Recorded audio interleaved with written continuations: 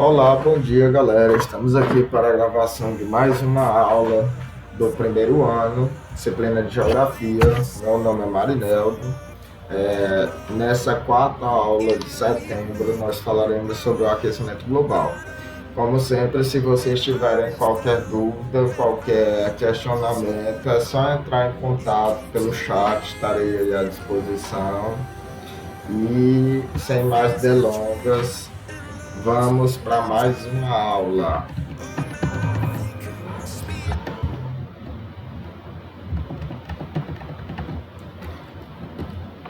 Galera, esse slide foi produzido pela professora Tânia Lúcia Correia, então dá os créditos aqui à professora, ok? Então vamos lá, aquecimento global. O mundo está esquentando. Veja as evidências. O número de furacões de categoria 4 e 5 quase dobrou nos últimos 30 anos. Galera, por que nós vamos primeiro às evidências? Porque, infelizmente, no cenário recente, no cenário atual, nós vemos que as pessoas uma parte das pessoas, claro, estão deixando de se levar muito pelo misticismo, estão esquecendo os dados. Eu vi uma frase um dia desse, muito realista, que dizem que as pessoas não gostam da ciência, as pessoas gostam dos produtos que a ciência produz, mas não gostam das perguntas e das respostas que a ciência encontra. Então, eu não tenho nada contra a sua crença, respeito todos os tipos de crença, todos os tipos de pensamento, mas o meu pensamento em particular, enquanto professor de geografia, é que temos que nos focar nos fatos e nas ciências. A ciência é o que nos tem tornado o mundo cada vez mais confortável para o ser humano, e o desenvolvimento de novas tecnologias é o que pode salvar e permitir a nossa sobrevivência enquanto espécie. Cada vez mais tecnologias inovadoras nos permitem nos adaptar. Mas, claro, o ser humano pode e deve fazer sua parte nessa questão. A ciência é feita pelos seres humanos. Sem os seres humanos, a ciência não existe. E claro que se os seres humanos não quiserem colaborar com a ciência ou com os cientistas, nada no processo acontece. Voltando aos argumentos para corroborar que o planeta está esquentando. O número de furacões de categoria 4 e 5 quase dobrou nos últimos 30 anos. E a gente sabe que os furacões se formam quando a água superficial do oceano está quente, supera 27 graus Celsius. Então, essa maior aumento de furacões e de furacões de categorias maiores, furacões mais potentes, é um claro indício de que as águas oceânicas estão ficando mais quentes. O derretimento das geleiras na Groenlândia mais que dobrou na última década. Isso, nós temos aqui nesse gráficozinho, deixa eu circular para vocês, nesse mapazinho, em roxo, isso daqui era as calotas da Groenlândia. Veja a redução que nós tivemos, a redução muito alta. Não só da Groenlândia, mas também da Antártica, as geleiras, tanto do Polo Sul quanto do Polo Norte, estão diminuindo, infelizmente. Pelo menos 279 espécies de plantas e animais já estão reagindo ao aquecimento global, mudando-se para mais perto dos polos, buscando abrigo mais aos extremos norte e extremos sul. Afinal, o que é esse aquecimento global? O aquecimento global ele é um aquecimento anormal do planeta. Nós temos o efeito estufa. Muitas pessoas pensam que o efeito estufa é algo negativo. Na verdade, o efeito estufa em si ele é algo muito positivo para a vida na Terra. É graças a essa camada do efeito estufa que nós podemos manter o calor da superfície terrestre. A atmosfera retém parte do calor, evitando que a oscilação de temperatura seja tão grande, evitando que durante o dia seja extremamente quente e à noite seja extremamente frio. Contudo, quanto maior a liberação de metano e gás carbônico, maior vai ficando essa camada do efeito estufa. E quanto maior for a camada do efeito estufa, mais intenso será o fenômeno natural do efeito estufa. Quando esse fenômeno fica muito intenso, isso gera um desequilíbrio porque nós vamos ter um aquecimento anormal, nós vamos ter um aquecimento superior ao que deveria existir. E essa camada de gases do efeito estufa, ela está ficando mais espessa, ela está ficando maior, graças à grande liberação de metano e de gás carbônico, principalmente por parte dos seres humanos. Isso está interferindo diretamente no clima. Leiturazinha. Os gases são uma barreira para a luz infravermelha. Bloqueada, se espalha e aquece o meio ambiente. Aproximadamente 70% da luz, uma vez que absorvida, esquenta a superfície. O calor é emitido na forma de luz infravermelha. Na atmosfera, o dióxido de carbono impede a passagem de parte do calor do Sol que a Terra tenta devolver ao espaço, como luz infravermelha. Uma parte desse calor retido retorna à superfície terrestre, ou seja, os raios solares batem na superfície terrestre, uma parte é refletida e uma parte é reabsorvida pela atmosfera, é retida pela atmosfera, mantendo esse calor constante, literalmente como o funcionamento de uma estufa. E uma outra parte desse raio infravermelho é liberado de volta no espaço. O que causou o aquecimento global? Emissão de gases pelas indústrias e usinas termoelétricas, são liberados milhões de toneladas de gás, de dióxido de carbono, de gás carbônico por dia. Emissões de gás pelos veículos, a grande concentração de veículos movidos à base de combustível fóssil é um grande problema, porque seu motor a combustão interna libera esses gases que aumentam o efeito estufa, provocando o aquecimento global. Mas se, por exemplo, se fosse feita uma substituição desses veículos por veículos limpos, movidos a hidrogênio ou a eletricidade, poderíamos manter os veículos sem problema para o aquecimento global. É por isso que eu digo que a ciência ela está nos propiciando meios muito bons para a nossa sobrevivência. Infelizmente, o lobby das indústrias petrolíferas ainda é muito forte atualmente.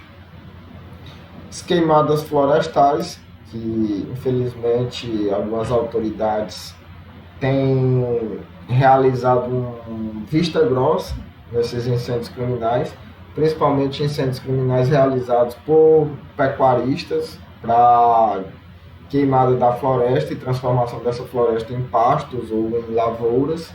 Infelizmente, pessoas no alto escalão do governo brasileiro têm feito vista grossa e culpado as queimadas, jogado na conta da culpa de caboclos e indígenas. Que a gente, enquanto geógrafo, enquanto pesquisador, enquanto uma pessoa que tem um pouco de conhecimento, sabe que caboclos indígenas não são responsáveis pelos incêndios criminosos nos biomas brasileiros, principalmente na Amazônia e no Pantanal. O gás metano, emitido por grandes criações de gado, infelizmente a nossa cadeia de consumo ela não é muito boa para a questão do efeito estufa. O relatório das Nações Unidas aponta que emissões bovinas mais perigosas ao planeta do que as emissões de CO2 dos carros. Ou seja, as emissões de metano dos bovinos chegam a se tornar mais perigosas do que as de carros. Só para você ter uma ideia, o rebanho brasileiro é maior de 200 milhões de cabeças de gado. Então, é uma produção de metano muito alta. Consequências visíveis do aquecimento global. Nós vamos ter um aumento significativo da temperatura e da sensação térmica, isso é nítido. Nós vamos ter um derretimento das calotas polares, um derretimento dos picos das montanhas, das cadeias de geleiras. Você pode acompanhar o comparativo das imagens. Veja a diferença. 1978, o mesmo ponto em 2004, na mesma estação do ano. Isso não são estações diferentes, são a mesma estação do ano. Então, você consegue observar nitidamente a redução da massa de gelo. Comparativo de 1928, 2004, veja a diferença. Isso é a Patagônia Argentina. A imagem anterior era do Nepal. Então, o que tudo antes era gelo, está ficando cada vez mais raro esse gelo. O que podemos esperar do futuro com esse aumento significativo da temperatura, esse ritmo de crescimento do aquecimento global?